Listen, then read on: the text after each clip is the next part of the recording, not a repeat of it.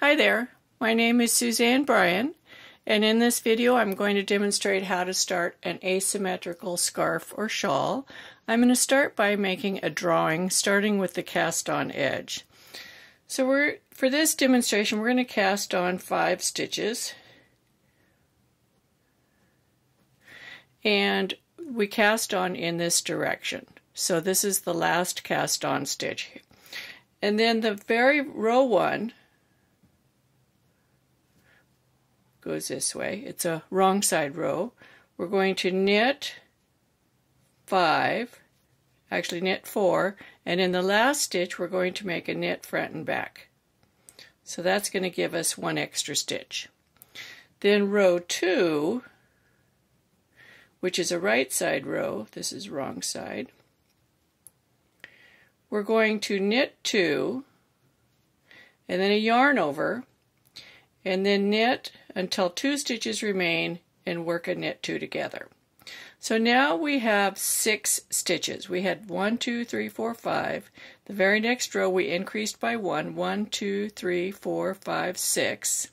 The next row we had an increase, but we also have a decrease. So we should still have 6. 1, 2, 3, 4, 5, 6.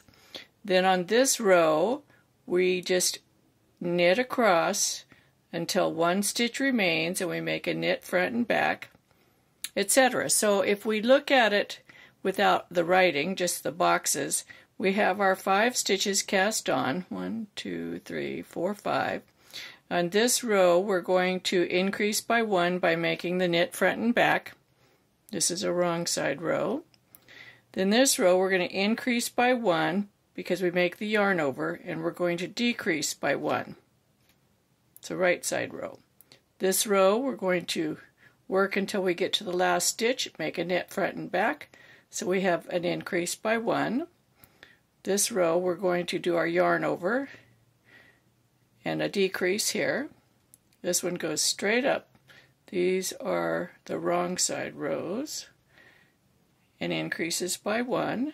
This one increases by 1, decreases by 1. So you start seeing a system here of repetition, is that on the right side edges, every right side edge has an increase. Every other left side edge has a decrease. So it takes 2 rows to make 1 decrease here. There's an increase every row here. So our overall shape is going to start going, let's move it up. So what we're going to do is we'll have this cast on, then this edge increases dramatically, this edge decreases slightly. So the piece gets wider and wider as you go. This is your bind off edge and this is your cast on, and the rows go in this direction like this, and it gets wider and wider. If we compare that to a triangle, which our cast on is here at a tab, and we have our increases along the center and along the edge, or we can compare it also to a crescent that looks like this, starting here, and our increases are all along here. This is kind of a merging of these 2 shapes, but it's worked in a completely different manner. So it's kind of the crescent triangle type shape if you think of it that way. And this is how we do it. And there's a variety of ways to do this. You'll see different directions in different projects, but I start by casting on 5 stitches. And these I cast on tightly. Usually I recommend casting on to the gauge you want to get. For the start of this shawl, go ahead and cast on tightly. It's okay. Let's increase this. So that was technically your right side row. Now we're going to do a wrong side row for the method that I'm showing you, and I'll talk about other methods as we go along. So this is a wrong side row. This would be row 1, your wrong side row. 1, 2, 3, 4, and in the last stitch we're going to work a knit front and back, and that's going to give us 1 increase on the right edge. We turn the work, now we have 6 stitches. Then this is our first right side row. This is row 2. So we're going to knit 2, yarn over, and knit until 2 stitches remain.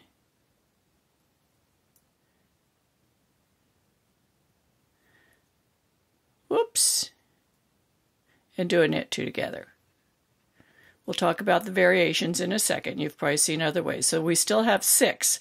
So after a wrong side row and a right side row, we still have just 1 stitch increased. On the wrong side row, we increased by 1. On the right side row, we increased by 1 the yarn over, but we decreased by 1, so we're staying static. This is going to be our second wrong side row. So we're going to knit until we have 1 stitch remaining.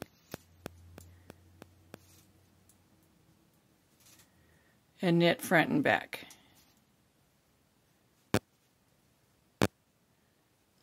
Now we're going to have our second right side row.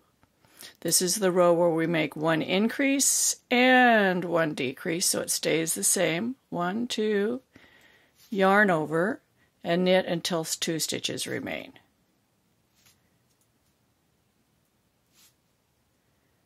And that's all there is to it. You just continue doing this. I'm going to continue knitting, and while I'm doing that, I'm also going to talk. So some people choose to do both of the increases that are on the right edge in the same row, and that is okay. And there's a variety of increases that you can use. For example, I'll show you one when we get to the end of this row. Knit front and back. So let's say that you wanted to do both of your increases on the right side row. You could choose to knit 1, and then you could knit 1, yarn over, whoops, knit 1, let me get a knit 1, yarn over, knit 1. That's one choice. Another choice is knit front, knit back, knit front. You see that a lot. And then you would work to the end of the row. Either one of those is fine. And you would work your knit 2 together. Or you can work an SSK. This is personal preference, what you want this edge to look like. I like knit 2 together, but you may like SSK. Whatever it is you decide to do for your decrease, on this edge it is a single decrease. You're taking 2 stitches and decreasing them to 1. And I would just be consistent. Either do them all knit 2 togethers or all SSKs. Now we're going to talk about another variation of this, and we're going to talk about the advantages and disadvantages of each one. So I'm going to work back over here. I'm not doing a knit front and back this time because we did both the increases on the right side row. So on the wrong side row, you're just knitting all the way back. So I've already demonstrated the 2 main choices for doing this, and that is working the knit front and back at the end of a wrong side row in the last stitch, followed by a yarn over in the next row, and this will give you an eyelet. Then the other alternative is to knit 1 and then do a double increase. We did the knit front, back, front here. It still leaves you a little hole where you made it. You see that? Not as big as the eyelet. Knit to the end, knit 2 together or SSK, and then work all the way back. So both of those increases for that set were worked in one row. Whereas here we worked an increase this way. On the wrong side row we worked an increase at the end, and at the beginning of the right side row we worked our second increase. So there's still 2 increases for this garter ridge. On this garter ridge, both the increases were worked on the right side row. Now let's say you like this method, but you don't want the eyelet, what you can do is you can make the yarn over, just like we did, knit to the end of the row and knit two together. All of these things are personal choices, and you'll see different designers use different methods, but the end result is the same, and that is that you're getting 2 increases along the right edge with 1 decrease on the left edge, which gives you the asymmetrical shape. Now, we just did the eyelet, so we had that single increase. Now, when we come back to the eyelet, there it is. We're going to knit it through the back loop, and that will close it so you don't end up with a hole. And then we're going to do a knit front and back.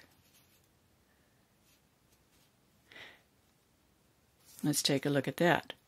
So we have the increases. We have the right number of increases, but we don't have a hole because here's where the yarn over was. Let's get our pointer out here. This was the yarn over right here, and when we knitted it through the back, it closed it. Let's increase this a little more so you can see it. This is where we made the yarn over. Then when we knitted it through the back, you can see it twisted it, so it makes it less visible. You still have a little bit of a hole there, about the same, well, it's actually smaller than the hole where you had to do the knit front, back, front, and this is the hole just from the yarn over. So let's take this and slide it over to we're starting to see our shape that we're getting. You can see, so here, if we line the rows up so that they're horizontal, the garter ridges are horizontal, we can see, here's our cast on, the 5 stitches that we cast on are right here, 1, 2, 3, 4, 5, that's our cast on row. Then we did a wrong side row, then we did our yarn over here on the right side row, then a wrong side row, and on this one we did the knit front, back, front, come over, and on this one we did the yarn over, but we knitted it through the back loop on the returning row. So the shape that we're getting is this asymmetrical shape. You can see if we put the stitches horizontally that this edge is slanting to the right, and this edge is also slanting to the right, but at a more severe angle. So what happens is, this is a sample here. This is the sample that actually goes with this tutorial. We get an ever widening piece of work. So it starts out narrow. If we put this horizontal, we can see this is sloping to the right, but this is really sloping to the right. And all of these rows are going horizontal. I hope this helps you get off to a start for an asymmetrical shawl. They're really fun to do. I have links down in the bottom in the description below this video corresponding to other videos that are related in this group with the shaping and lace and to the tutorial itself. Be sure to subscribe to my channel and share my videos with your friends and come back and watch more. Happy knitting!